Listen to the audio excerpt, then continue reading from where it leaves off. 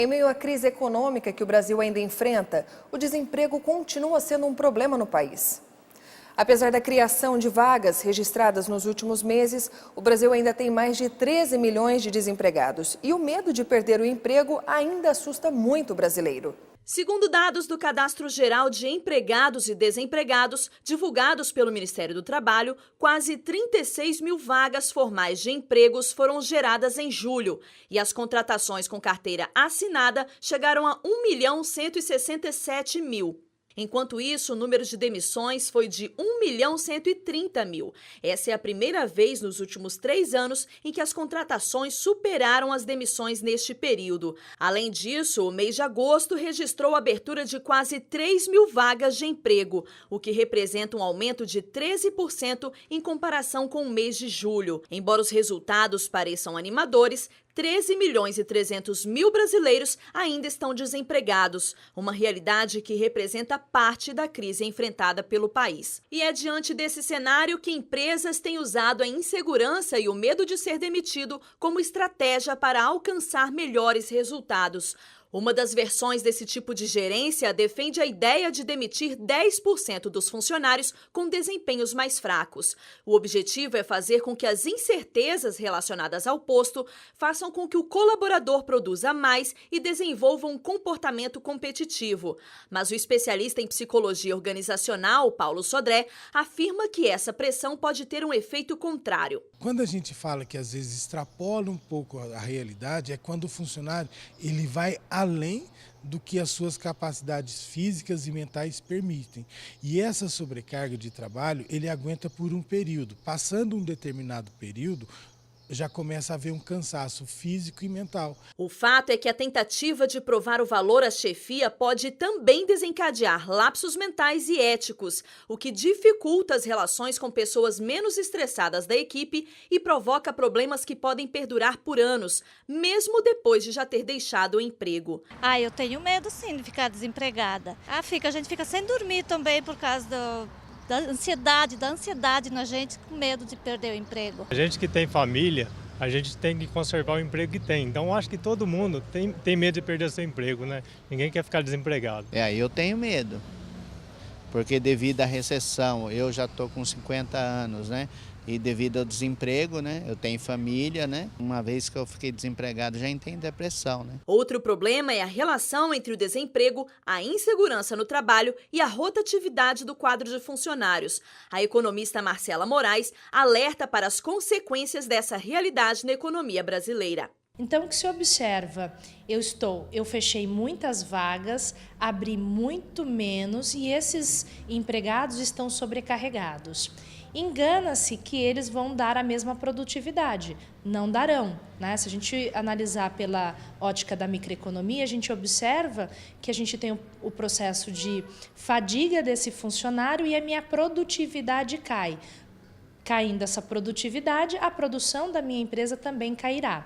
Então, eu também não vou ter um reflexo positivo na minha economia. De qualquer forma, a melhor alternativa ainda é focar em empresas que trabalham com regras transparentes para que o funcionário produza melhor em épocas de incertezas. Foi lançado em Pindamonhangaba um projeto que disponibiliza para a população 20 bicicletas. A intenção é incentivar os moradores a usarem mais a bicicleta como meio de transporte. Essas 20 bicicletas são para passeios gratuitos dentro do Parque da Cidade, aqui em Pindamonhangaba. Nós vamos conversar com o Marcos Vinícius, ele é secretário de Meio Ambiente aqui da cidade. Olá, Marcos. Como funciona esse projeto Ciclopinda?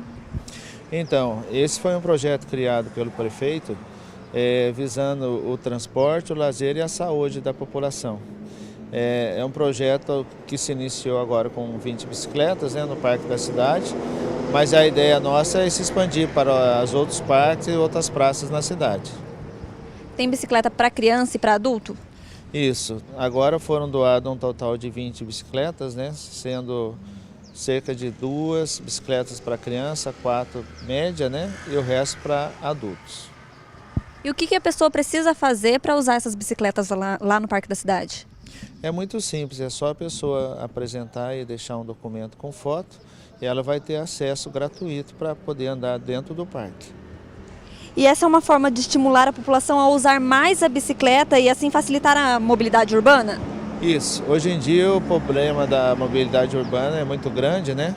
E com isso o prefeito realmente está tentando estimular as pessoas que usem mais bicicleta na cidade, tudo, né?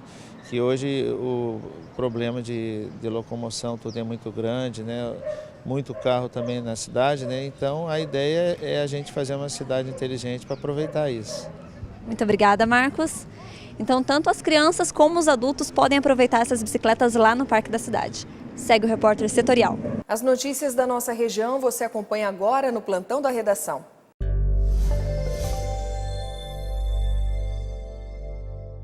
Olá, a Sabesp alerta os moradores de Taubaté e Tremembé sobre a falta de água. O motivo é o acúmulo de galhos de árvores em uma área do Rio Una, que responde por 30% da água encanada nas duas cidades. A retirada desse material que está atrapalhando o fornecimento de água deverá ser feita ainda hoje. Durante o último feriado de 7 de setembro, mais de 11.000 autuações foram aplicadas por excesso de velocidade nas rodovias do Vale do Paraíba e região. Outras 531 multas foram executadas por ultrapassagem em local proibido, falta de cinto de segurança e por embriaguez. Segundo o balanço das polícias rodoviária federal e estadual, 93 acidentes foram registrados e 5 pessoas morreram entre o dia 7 e 10 de setembro. Segue o repórter setorial.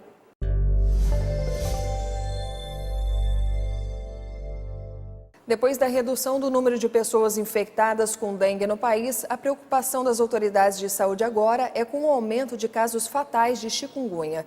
Nos últimos meses, a doença matou mais do que a dengue.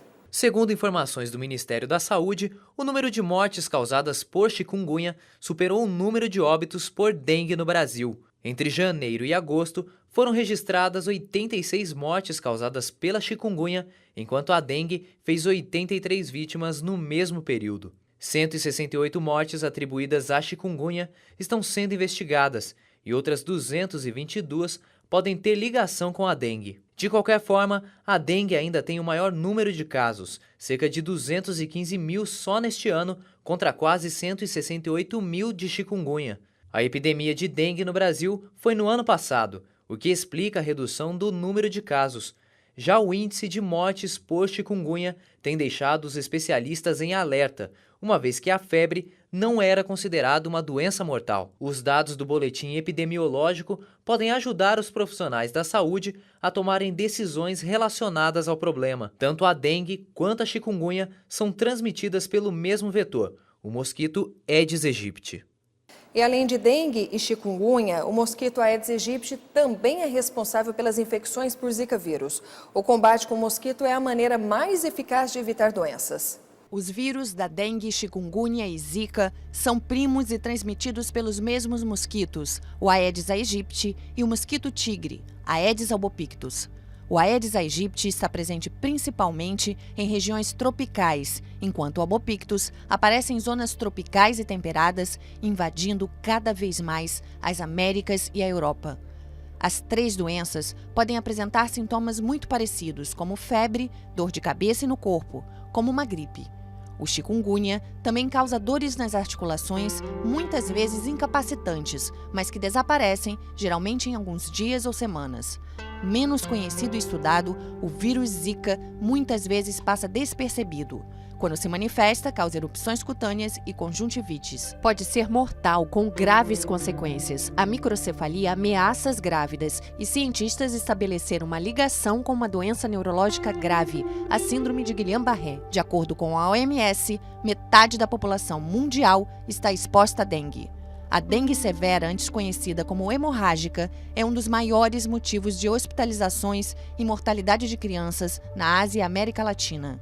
Quem contrai a doença uma vez tem imunidade para toda a vida, mas apenas daquele tipo específico de dengue. A maior proteção é evitar ser picado pelo mosquito. Nas zonas de risco, é aconselhado também esvaziar, limpar ou cobrir recipientes que possam acumular água e virar ninhos para os mosquitos.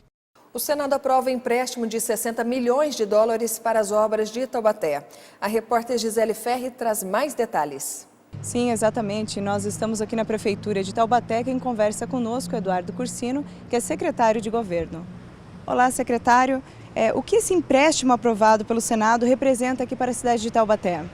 Representa um avanço, representa que nós vamos conseguir aí acelerar as obras que já estão planejadas desde 2013 e isso vai aí dar um incremento nas obras de Taubaté.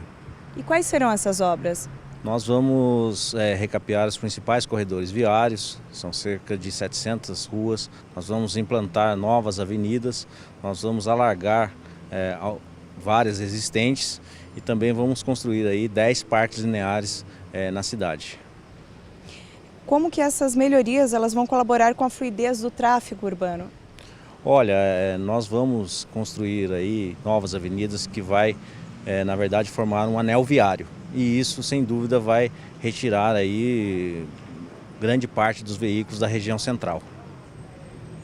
A Prefeitura ela tenta um recurso desde 2015, né? O que causou a demora da liberação deste empréstimo? Olha, o país, infelizmente, passa por uma crise política, a crise econômica, hoje estabilizada, já permitiu esse empréstimo. Mas, sem dúvida, essa crise toda no país que atrapalhou o nosso empréstimo. E qual que é a previsão para o início das obras e quanto que deve ser investido aqui no município? Nós vamos investir no município cerca de 200 milhões de reais através do empréstimo e a Prefeitura vai também investir outros 200 milhões como contrapartida. As obras devem ter início no mês de novembro. Muito obrigada pela entrevista, secretário. Segue o repórter setorial. E agora nós vamos para um rápido intervalo e na volta vamos falar da taxa Selic. Voltamos já.